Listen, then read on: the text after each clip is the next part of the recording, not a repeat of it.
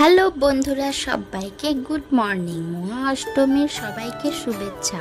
আজকে মহা অষ্টমী, তাই আমাদের বাড়িতে লুচি হচ্ছে। লুচি সব গ্রাম বাংলায় সবার বাড়িতেই হয় দেখো, তাই সেই জন্য আমার মা লুচি ভাজছে। মা দেখো লুচি ভাজছে, কি সুন্দর লুচিগুলো ফুলকো ফুলকো হচ্ছে। আর ফুলকো ফুলকো লুচি খেতে কার না ভালো লাগে। আর এদিকে মাসি বেলচি করে লুচি বেলছে, আর বেলে বেলে কত জড়া করেছে। আর মা এদিকে ফুলকো ফুলকো লুচি ভাজছে। অসাধারণ ফুলকো ফুলকো লুচি আমার তো খুব ভালো লাগে। আর ভেজে এই একটা হাঁড়ির মধ্যে রাখছে। দেখো লুচি ভেজে ভেজে কত জড়া করেছে, একটা হাঁড়ি পুরো ভর্তি হয়ে গেছে।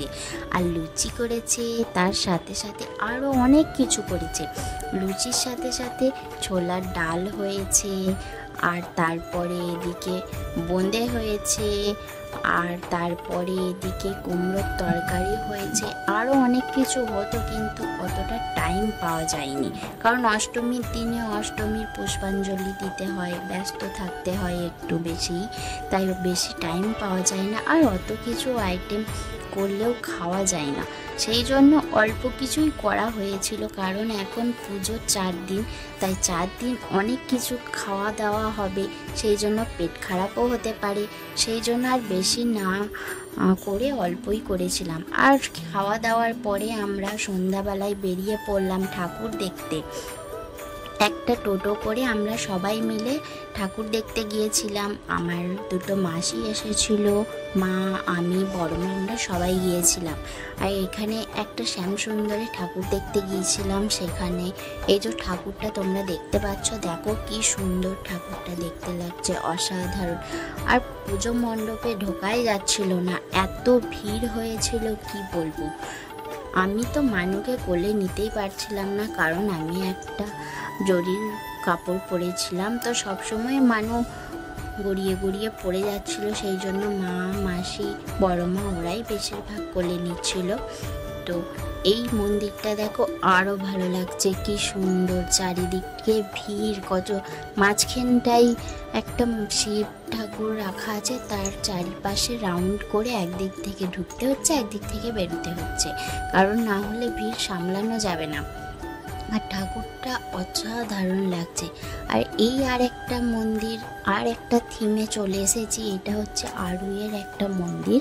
তো এখানে কেয়া পাতার নৌকা করা হয়েছিল থিমটা, আর চারিদিকটা অসাধারণ লাগছে। দেখো তোমরা, মনে হচ্ছে যেন জ্যোৎস্না রাতের একটা নদীতে একটা রাতের দৃশ্য, কারণ এখানে অন্ধকারের দৃশ্য করা হয়েছিল। আর এটা হচ্ছে আর একটা মন্দিরে চলে এলাম। তো এরকম করে অনেক জায়গায় আমরা ঠাকুর দেখেছি, ঠাকুর দেখে আমরা শেষ করতে পারিনি গো। তো এটা হচ্ছে শ্যামসুন্দরে আর একটা ঠাকুর, সেখানে আমরা দেখতে গিয়েছিলাম। আর সেই সময় আরতি হচ্ছিল, আমরা দাঁড়িয়ে দাঁড়িয়ে কিছুক্ষণ আরতি দেখছিলাম। আর প্যান্ডেলে এত ভিড় ছিল কি বলবো, প্রচণ্ড ভিড়, আর ভালোও লাগছিল ঘুরতে। এটা আর একটা মন্দিরে চলে এসেছি। শ্যামসুন্দরে যতগুলো ঠাকুর ছিল আমরা সব ঠাকুরই দেখেছি, একটা ঠাকুরও বাদ দিইনি। আর এখানে আরতি দেখার জন্য দেখো কত ভিড় হয়েছে মন্দিরে। এদিকে ঠাকুরমশাই আরতি করছি।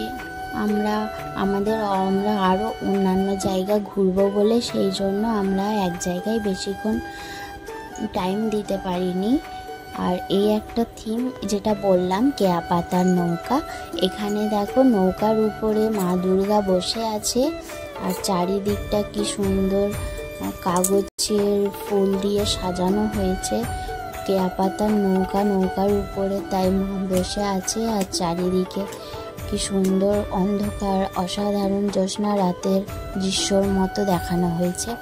দুদিকে দুটো হরিণ রাখা আছে, আর চারিদিকে মনে হচ্ছে যেন জলের উপরে পদ্ম ফুল আর পাতাগুলো সেই শাল পাতার পাতা দিয়ে করা হয়েছে। মাঝ নদীতে নৌকা ভাসছে, অসাধারণ অসম্ভব সুন্দর দৃশ্যটা লাগছিল। তোমরা কেউ না দেখলে তোমরা বিশ্বাস করতে পারবে না যে এত সুন্দর পরিবেশটা লাগছিল। চারিদিকে ফুল, কি সুন্দর, কি বলবো, মানে আমি বলার ভাষা খুঁজে পাচ্ছি না।